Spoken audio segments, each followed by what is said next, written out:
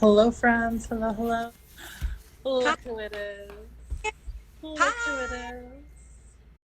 How are you, dear? I'm good. I'm sorry. I was like refreshing everything and wait. I was here like minutes No, ago. it was my fault. I was a few minutes late because Oh, I forgot that I had to switch from my personal account to the Lastics account. So here we are. People are joining. People are coming to say hi, hello. How are you? hi. So, my dear, Where are you? I just got out of a job interview, so I'm in Long Island. So I was Hey. like, oh, look at this picturesque I'm background. like, look at the I was greenery. like, look at the architecture, look at the houses. Can't relate. I was like, you're not in the city at all. No, no, no. So today, doll, we're going to talk about kind of the last year and like how things have, affected us since we're, human beings and things have been real crazy cuckoo cuckoo around here. But first, let me say this is Lastics Live Chat. We do them every Thursday at 3 p.m. Every week, we just have different topics and we talk about, whatever's on our mind at the time, I guess. And then um, I want to kind of keep us on track because, our Lastics chats are pretty short. So the first thing we're going to do is introduce ourselves. I'm Jamie. I'm a Lastics Instructor, and I am hosting today's live chat. And you, my dear, tell us about who you are.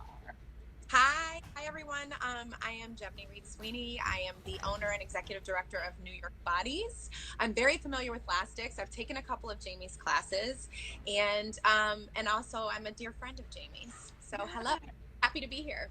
Yay. Okay, so I want us to start off with kind of where we were at before the pandemic and like how that kind of, how that was going for us. And I'm going to start, so I'm just going to, lead by example. Before the pandemic, I was kind of in not a great spot, if I'm being completely honest. Like, I had a kind of like a stuck feeling. I felt like I was kind of all over the place and nowhere all at the same time. I was kind of going about my life and like making, you know, not necessarily bad decisions, but like decisions that I don't think necessarily were serving me or were super empowering to my future. And all because I was feeling maybe like a little bit stagnant, you know? Um, there were a lot of things that I was working on mentally and emotionally. And like right before the pandemic started, I had a little bit of like what some might consider like a little bit of a breakdown, but it was like not like institutionalizing. It was more like me having to just like get my shit together. Sure. And it took longer than I expected it to be fair. What'd you say? Um, it took a little bit longer than I expected it to. Oh, sure. And then the pandemic started and we were kind of thrust in like full force, you know? Um, but how about you? Where were you at during or before the pandemic started? Right before. Before the pandemic, and I'm just a busybody all the time anyway, and that was before I became a mother. FYI, I'm a mother. I have a 3.5-year-old. Who So, looks more like a clone than a son? and he parents. It's like, oh, you just. It was like osmosis. He just like appeared from your body one day. It was like, oh, look, a clone. We love that. My God, I'm so glad that clone is napping. So, uh, Absolutely. I'm a very active person, and I like to keep busy. So before the pandemic, I was just a busy person. I was an instructor and the director of operations at Broadway Bodies. So there was lots to do, being in the studio all the time and working and helping, the director run operations and also teach and also be a mom and figure those things out. Um, it's funny. So like, I almost feel bad that it's not as deep as yours were. I think for me, But I think what we're going to eventually get to is the bigger point here. For me, I, as an active and stay busy person, I was kind of just in that mode. I'm kind of always in that mode. I always have to be doing something. I always have to be doing something. So before the world stood still, as it were, I was just kind of like in my zone. It's not as deep as, you know, where I was like with my future or anything like that. If anything, things have like very much changed after that. And not to get ahead of ourselves, but I just learned that sometimes you lose things when you get so into a routine. Yeah. And when your routine is, when all of your routines are forced to are put at a halt, you are forced to really reflect things and like where you're spending time, how you're spending your time, are you getting? Yeah, those things really took a toll once the pandemic. So I hope I didn't kind of gloss past. No, not at all. Pre-pandemic, I was Jevne mode, busy, and then it was like, absolutely. I think that realistically, like mine, I had the time to like steep in those emotions and like feel them. But I feel like it's really kind of a similar thing as to what you're saying. Like my life had just become so routine that I was no longer feeling as, I guess, happy or joyful as I normally am. Sure. And I think that maybe I had the room to just like kind of steep and feel all of that more because I don't have a husband and a child depending on me to like keep it together, whatever. Like I was allowed to just kind of like fall apart because I'm, you know, a single person living on their own at this current time in my life. So I think had I had something that kind of anchored me in the way that like a family would, probably would be saying something similar to what you're saying. You know what I mean? I think now that I've just had time to like absorb all of the feelings, I can be like, yeah, no, I wasn't very happy. Like I was not a happy person at the moment. You know?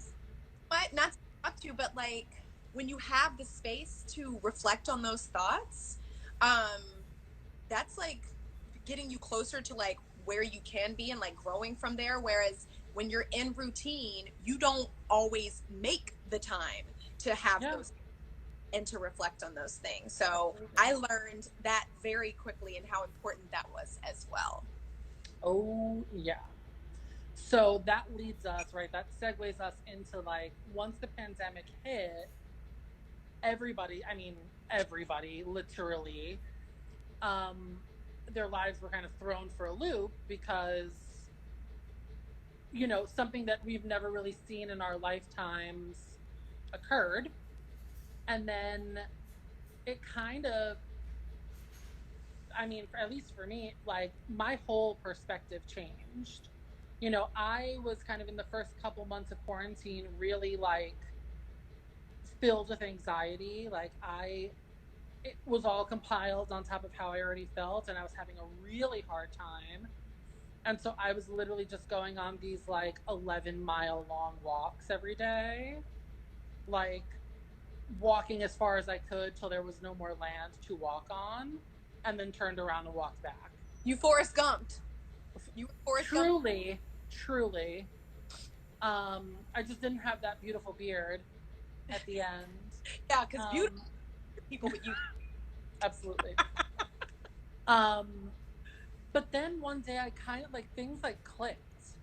A lot of things that I had learned from like my life coaching 4 years ago, things from like deep, you know, in-depth conversations that I'd had with friends, like it legitimately felt kind of like I was seeing through new eyes, and everything became clear. Like everything that I wanted to be doing, everything I didn't want to be doing, like childish things that I'd held on to like in my life, I was able to let go of.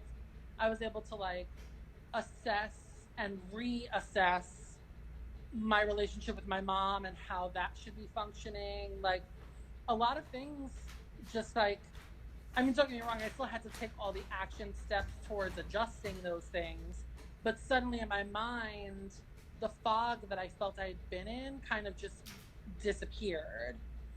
And I don't know necessarily how or why. I think when the world, when you find yourself in a world that you've never seen before, you realize like how temporary everything is. Come on. You know, like it was like wow, like no, like I hypothetically speaking, like I could get COVID and die. Like that's it's happening to hundreds of thousands of other people. Why couldn't it happen to me or my mom or my friends or whoever? So why was I holding on to all this stuff that really didn't matter in the long term? Like things that I felt about myself, things that I felt about others. Like, who cares? Who cares? And, you know, a pandemic, like any other negative situation, highlights all of the things that you should nix from your life. Yes. All of that stuff becomes glaringly obvious. And you're like, wow, like, I really don't like that person. Or wow, like, that, like, they're not bringing anything to my life, or this situation, or this, I don't know, whatever, job, whomever. And so I just woke up one day and I was like, wow, like I want to change stuff in my life. And now I feel like I'm finally like fully in the process of that. And that's led to a lot of different places, but I'm feeling really positive about it now. So, That's what great. about you? I think that's the takeaway. That's definitely the takeaway.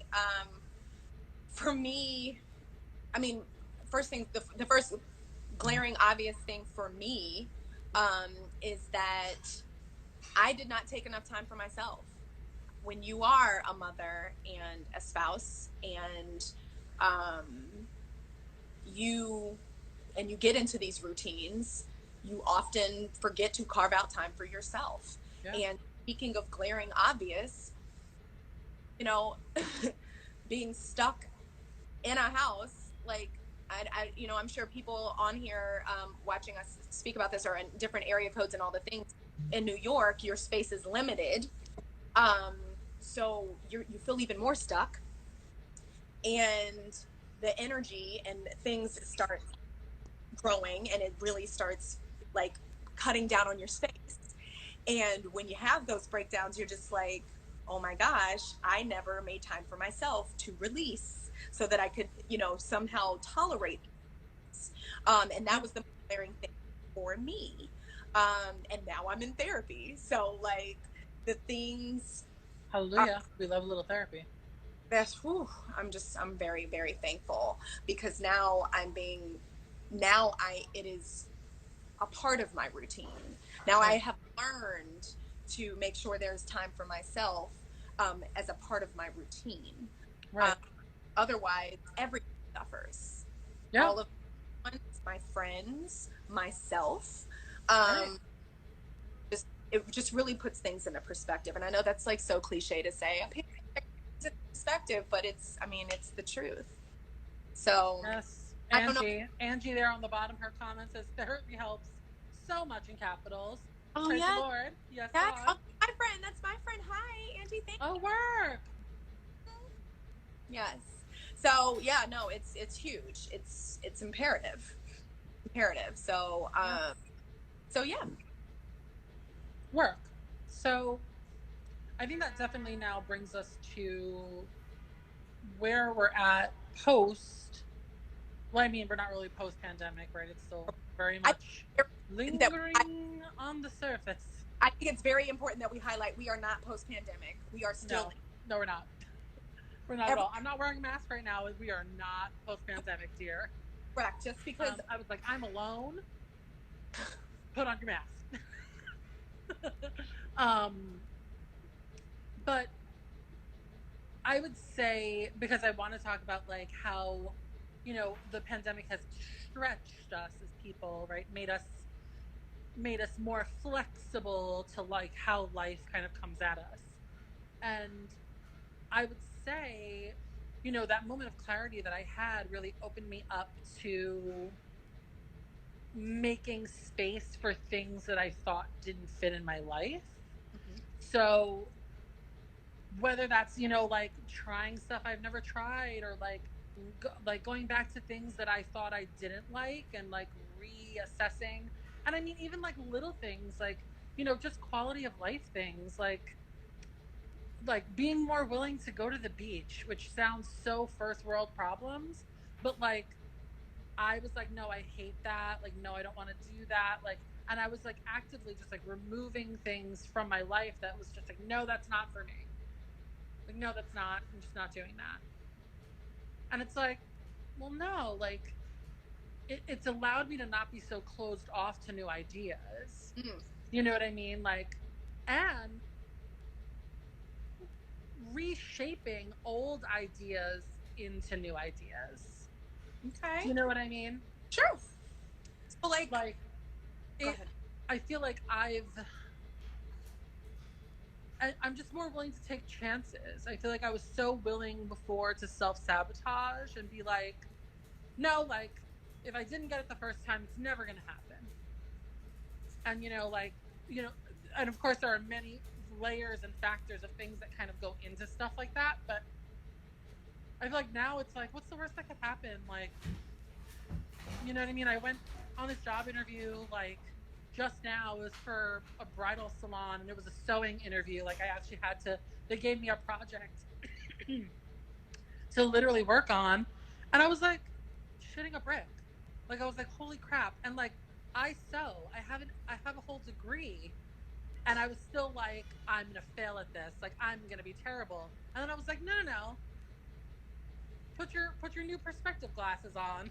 Like, this is gonna be fine. This is what you do. And even if it doesn't work out, the worst that's gonna happen is that you'll find a different, like, you'll get a different job. Like, it's okay. The worst And I that's feel gonna like I would have never done that before. Like, allowed it to kind of go with so much grace, you know? Like, I feel yeah. like I would have just like beat myself up about it for days. And now I'm like, I just feel so much more free, and I feel like that's the real thing about me that's different. Like, I'm accessing the things that I already wanted, but they're coming so much easier because I don't feel like I'm carrying around the burden of like shame and judgment and whatever else, you know, like I'm just like, okay, like let the opportunities come, you know. And that's with everything, like jobs and, you know, partners and whatever. Like, everything's just, everything is potential, everything is possibility, Yes. you know. Yeah. And I feel like I never really saw things that way before. No, for sure. I really like you saying the shift, and I just realized, speaking of shift, the sun, the lighting. Is the lighting bad? Should I? No, you look fine. Okay. I purposely, in preparation for this, I looked up the definition of stretch. Be elastic, pull, capable of being made longer. So there's so many words, there's so many things that you can do with that, right? And apply that to pre, during, and post, quote unquote, post pandemic. Right. But with regards to what we've already mentioned, capable of being made longer, I think Yeah. I think everyone can honestly, and I know I know a lot of people struggled. A lot of people struggled, even people that considered themselves homebodies or recluse. You know, they struggled because it's way different when staying home is a choice. Yeah. Versus an obligation. Oh, yeah. A limit. Yeah. So Right. It's so much about, I feel like that idea of stretching and elongating really in a lot of ways is the same as like making space, right? Like, you're going into your life just making more space for anything, whatever you deem to have value. You know, it's not everything needs to be defined, not everything needs to be like useful or necessary or whatever. Like, some things just are. And I feel like that is something that we've definitely all learned in a time like this where like we had no control over anything. Right. Like it was like no, like whatever the virus decides to hand to you is what you're gonna take. And like Yes. call it a win if it's not a bad thing. Um, no, totally. And it's like, no, exactly. And like you said, elongated and longer. I mean, that could just be applied to like so many things like patience Yeah. or humanity Yeah. or, you know, what was one? And this, I feel like this kind of like refers back to like your shifting of your ideas, right? Like you had an idea before and now you're shifting it. Like before, Yeah. as you were met with this one activity that you've known how you felt about it before, now you're like, I'm going to shift. I'm going to shift this idea. I could think about it from this perspective, but I'm going to shift it and basically lengthening lengthening your ability to to approach an idea. Right. So it's really interesting. It's really interesting the ways that it can be applied, and specifically to how people have been adapting and what they've learned about themselves and the people that they've surrounded themselves with. Yes. Not to jump, but no, not at all. I think that's a great actual spot to like come to a close on our little chat, because I feel like for me one of the big things was really about realizing who I actually wanted in my life. You know, like I felt like before I was allowing people and things in that were not serving me, and I feel like as soon as my eyes were opened in the way that I explained, so like it was like, oh no, I know exactly who deserves to be here and take up that space that I'm creating and who doesn't. And you are of course one of those people, dear, hence being invited here today.